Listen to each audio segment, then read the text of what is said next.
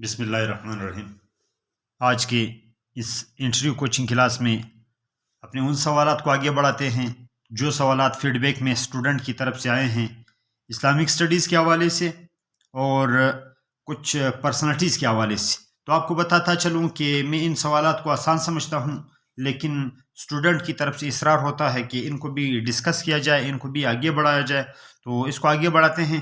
قرآن عظیم الشان کی ایک سورت کے حوالے سے سوال کیا گیا تھا، سورہ نحل۔ قرآن عظیم الشان میں ایک سورت ہے جس کا نام سورہ نحل ہے۔ تو نحل کے لفظی معنی کیا ہے؟ نحل کے لفظی معنی شہد کی مکھی کے ہیں، شہد کی مکھی یعنی ہنی بی۔ ہنی بی کو عربی زبان میں نحل کہا جاتا ہے۔ کیوں اس صورت کا نام نحل رکھا گیا ہے؟ وہ کیا نسبت تھی کہ اللہ تعالیٰ نے اس صورت کا نام شہد کی مکھی کے نام پر رکھا گیا؟ یہ وہ سوالات تھے جن کو کچھ انٹرویو کے دوران کھینچا گیا، ڈسکس کیا گیا۔ تو آپ کو بتاتا چلوں کہ اس صورت میں اللہ تعالیٰ فرماتے ہیں کہ شہد کی مکھی کو ہم نے الہام کیا، شہد کی مکھی کو ہم نے الہام کیا۔ الہام کے حوالے سے بھی ایک دن پہلے پوچھا گیا تھا، الہام اور وحی میں کیا فرق ہے؟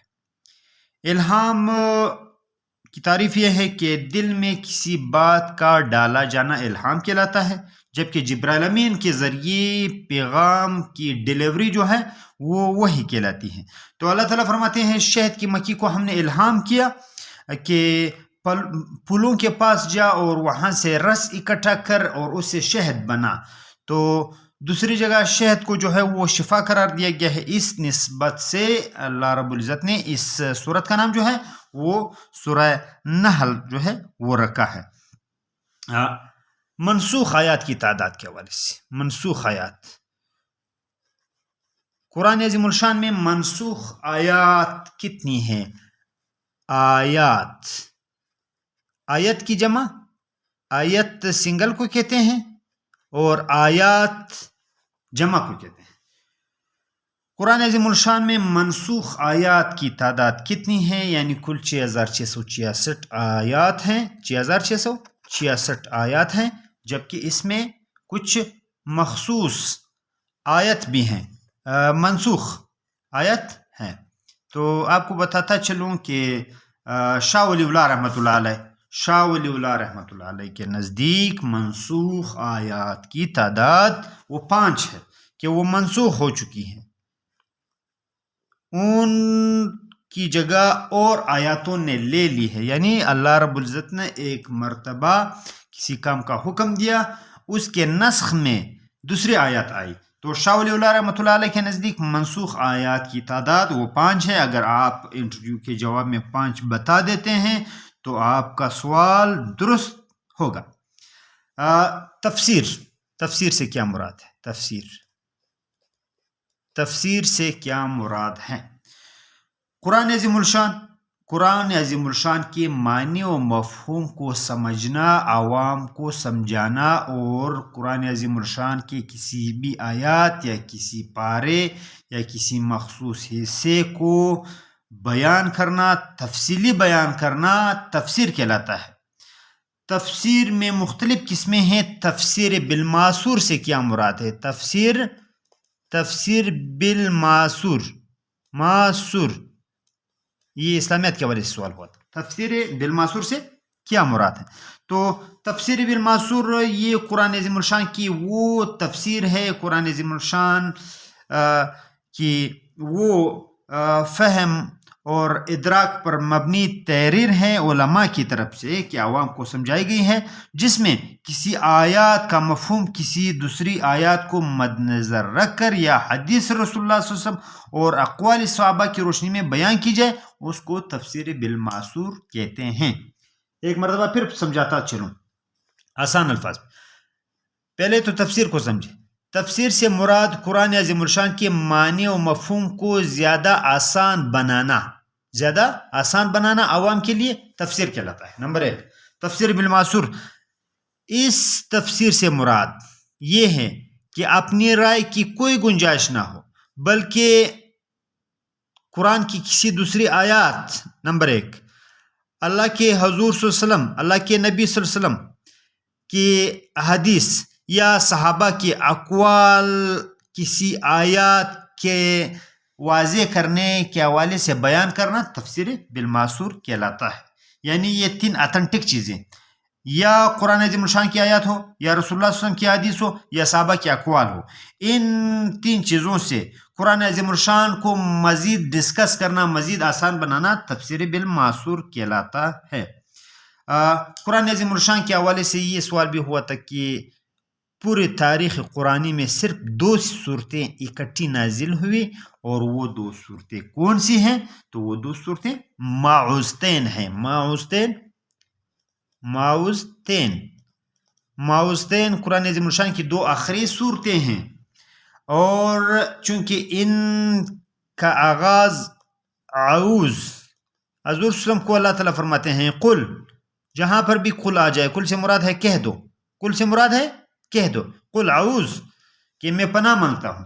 تو اعوذ سے ان کی ابتدا ہوئی ہے، اس لیے ان صورتوں کو اعوذ والی صورتیں یا معوذتین کہا جاتا ہے. اور یہ 2 واحد صورتیں ہیں جو اکٹھی نازل ہوئی، اور ان کو معوذتین کہا جاتا ہے. اپروکسیمیٹلی قرآن عظیم الشان تقریباً کتنے پیریڈ میں نازل ہوا؟ تو یہ نازل ہوا 23 سال. اور ایگزیکٹ فگر کا پوچھا گیا تھا کہ ایگزیکٹ فگر بتائیں. یہ تو اپروکسیمیٹلی ہے، APPROX، اپروکسیمیٹلی تقریباً. ایگزیکٹ فگر وہ آپ کا 22 سال 5 ماہ اور 14 دن، یہ وہ ایگزیکٹ فگر ہیں جس میں قرآن عظیم الشان نازل ہوا. پوچھا یہ گیا تھا کہ نابینا صحابی تھے، نابینا ایک صحابی تھے، اس نابینا صحابی کا نام بتائیں. نہایت اتھینٹک سوال ہے کہ جو حضور صلی اللہ علیہ وسلم کی مجلس میں ایک مرتبہ آئے، لیکن حضور صلی اللہ علیہ وسلم نے ان کو توجہ نہیں دی.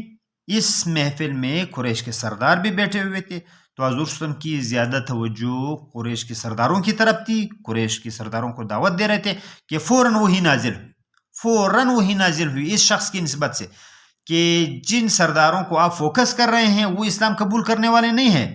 آپ کے پاس کوئی غریب مسلمان آتا ہے تو آپ ان کو توجہ نہیں دیتے. اس صحابی کا نام بتائیں جس کی وجہ سے اللہ کے پیغمبر صلی اللہ علیہ وسلم کو اللہ رب العزت نے خبردار کیا کہ آئندہ آپ سرداروں کے بجائے غریب مسلمانوں کو زیادہ توجہ دیں. تو ان صحابی کا نام عبداللہ بن ام مکتوم ہے، اور یہ نابینا صحابی تھے، یہ نابینا صحابی تھے. اس سورت کے نزول کے بعد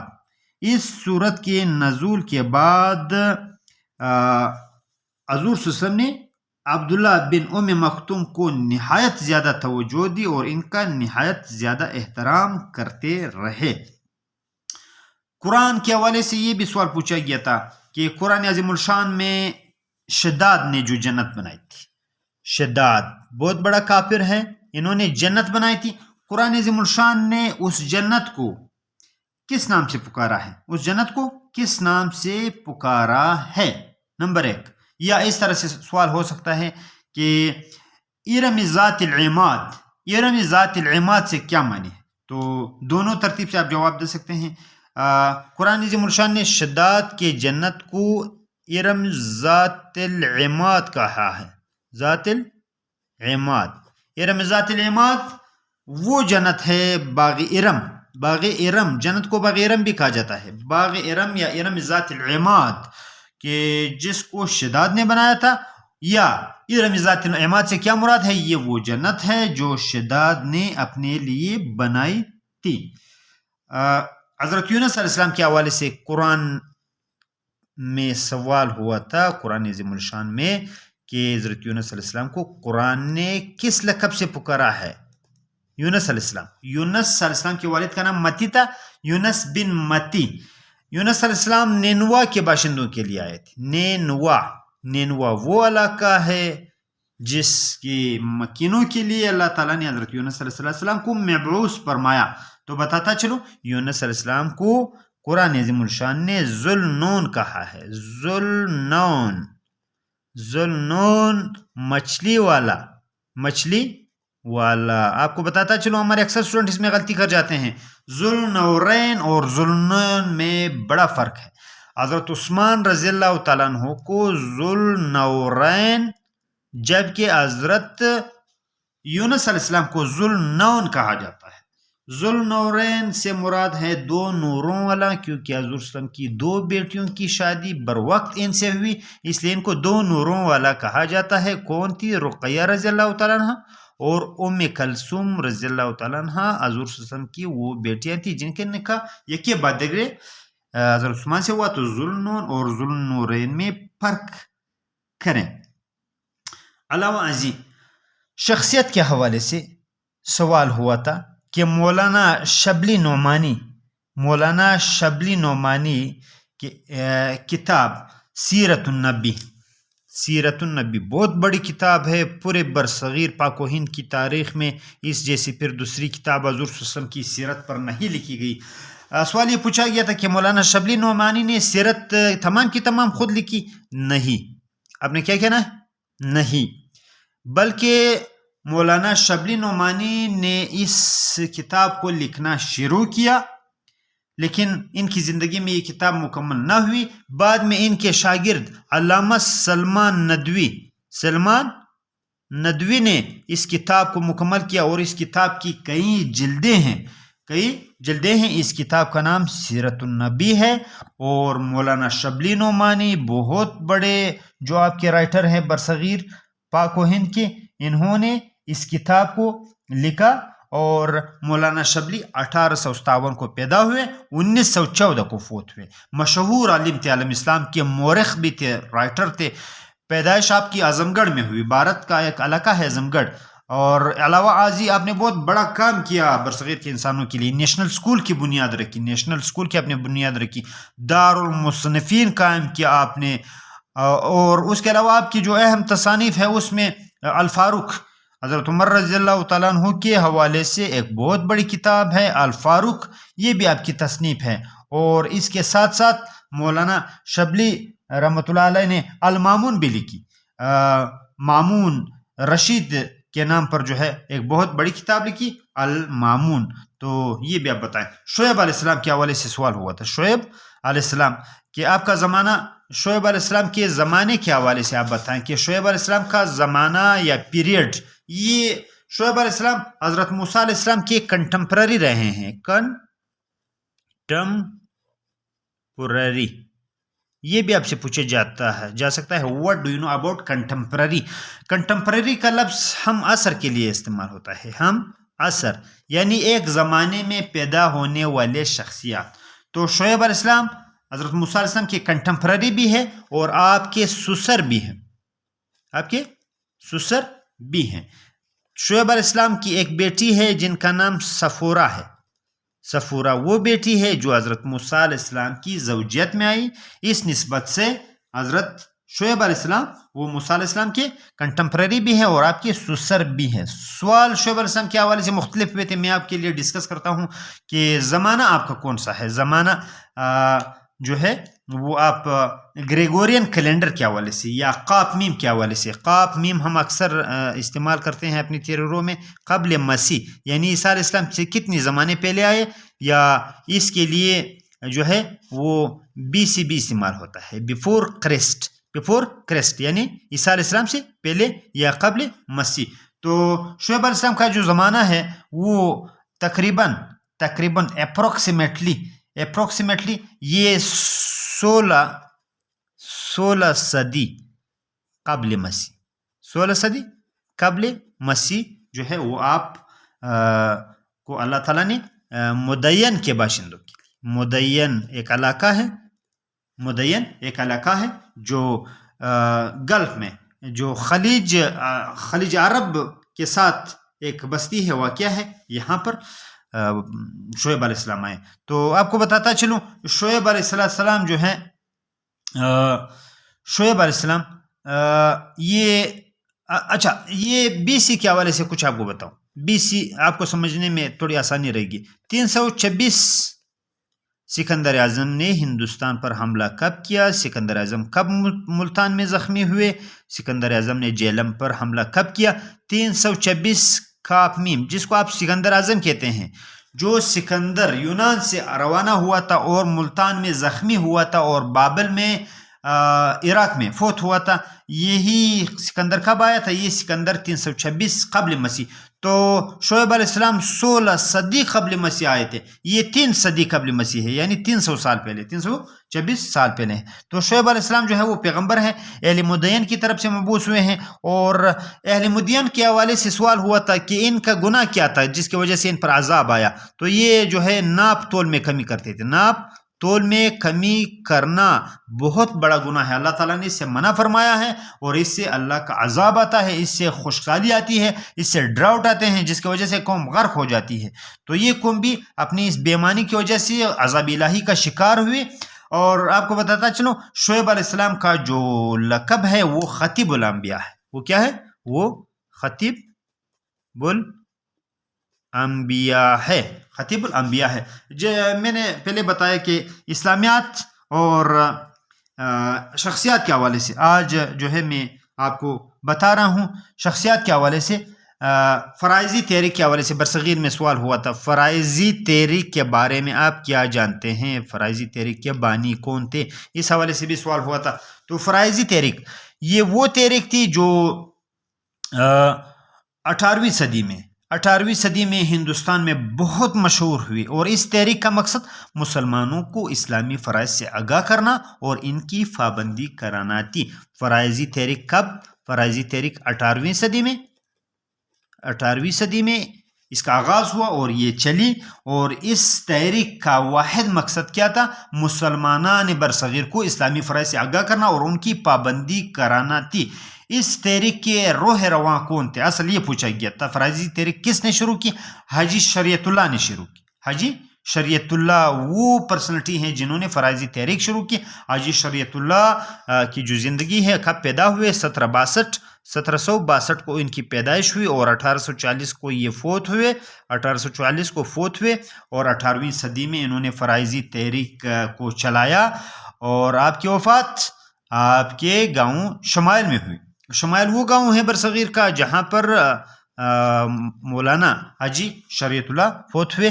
یہ شمائل کہاں پر ہے؟ یہ شمائل آپ کی موجودہ بنگلہ دیش میں ہے، بنگال، جس کو مغربی بنگال اس وقت کہا جاتا تھا. اور مسلمانوں کی وہاں پر نہایت زیادہ جو ہے وہ آبادی تھی. آپ کو بتاتا چلوں، میجر شبیر شریف نشان حیدر کتنے کو مل چکا ہے؟ نشان حیدر کے حوالے سے سوالات ہوئے تھے. نشان حیدر 10 آرمی کے جوانوں کو ملا ہے. اس میں سے کتنے بری، کتنے فضائی اور کتنے بحری فوج کو ملے ہیں؟ تو بری فوج کو، جو لینڈ پر جنگ کرتی ہے، اس کو بری فوج کہا جاتا ہے.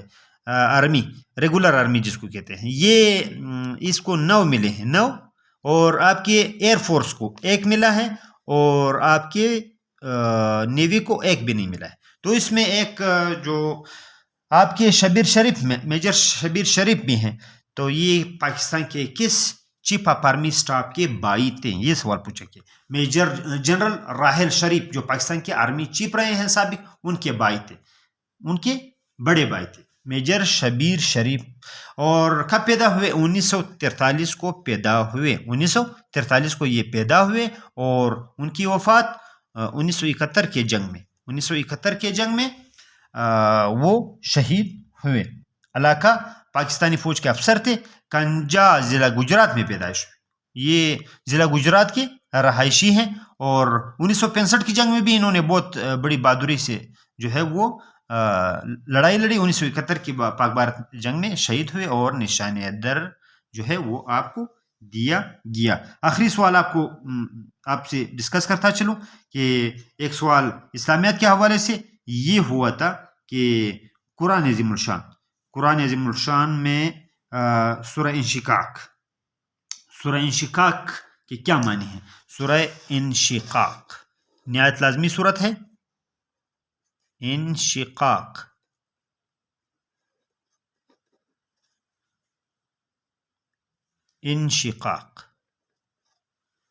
تو سورہ انشقاق کے حوالے سے آپ کو بتاتا چلوں. سورہ انشقاق کے کیا معنی ہیں؟ نہایت ٹیکنیکل سوال ہے، چونکہ اس صورت میں جو ہے وہ آسمان کے اسکائی کے پھٹ جانے کا ذکر ہے. شق کہتے ہیں پھٹنے کو. درمیان سے ایک آپ کا بالفرض یہ گول صفحہ ہے یا انڈا ہے، درمیان میں پھٹ جانا، درمیان میں ٹوٹ جانا، اس کو شق کہا جاتا ہے. شق جس طرح آپ کا شق قمر ہے، شق قمر کا وہ معجزہ جس میں حضور صلی اللہ علیہ وسلم نے چاند کو 2 ٹکڑے کیا، اس کو شق قمر کہا جاتا ہے. شق قمر. اور دوسرا معجزہ حضور صلی اللہ علیہ وسلم کا ہے شق صدر، یعنی آپ کے سینے کا آپریشن، سینے کا چاک کیا جانا. تو سورہ انشقاق وہ صورت ہے جس میں اسکائی کے، آسمان کے پھٹ جانے کا ذکر ہے کہ جب قیامت واقع ہوگی تو آسمان پھٹ جائے گا. اور عربی زبان میں شق کا لفظ استعمال ہوتا ہے پھٹنے کے لیے، اس لیے اس صورت کو سورہ انشقاق کہا جاتا ہے. آج کی اس کوچنگ لیکچر میں بس اتنا ہی. مزید بتاتا چلوں کہ انٹرویوز کے بعد بھی ہمارا یہ سلسلہ جاری و ساری رہے گا. آپ چینل کو سبسکرائب کریں اور سائڈ پر دیا ہوا آئیکن کا بٹن دبانا نہ بھولیں تاکہ ہر نئے آنے والی ویڈیو سے آپ بر وقت مطلع ہو. بتاتا چلوں کہ حکومت کی طرف سے SST جنرل، SST سائنس اور ٹیچر کی نہایت زیادہ ویکنسیز جو ہے وہ متوقع ہے، اور باقاعدہ جو اس کا ایڈ ہے وہ چل رہا ہے تقریباً. تو اس حوالے سے بھی انشاءاللہ ہماری تیاری رہے گی، اور PCS CSS کے حوالے سے بھی ہمارا یہ لیکچر جاری و ساری رہے گا. کمنٹ سیکشن میں آ کر بتائیں کہ کس طرح ہم اس کو بہتر سے بہتر بنا سکتے ہیں. آپ کے رائز کو، آپ کے ویوز کو بروئے خاطر لایا جائے گا اس میسج کے ساتھ کہ good luck for your coming interview.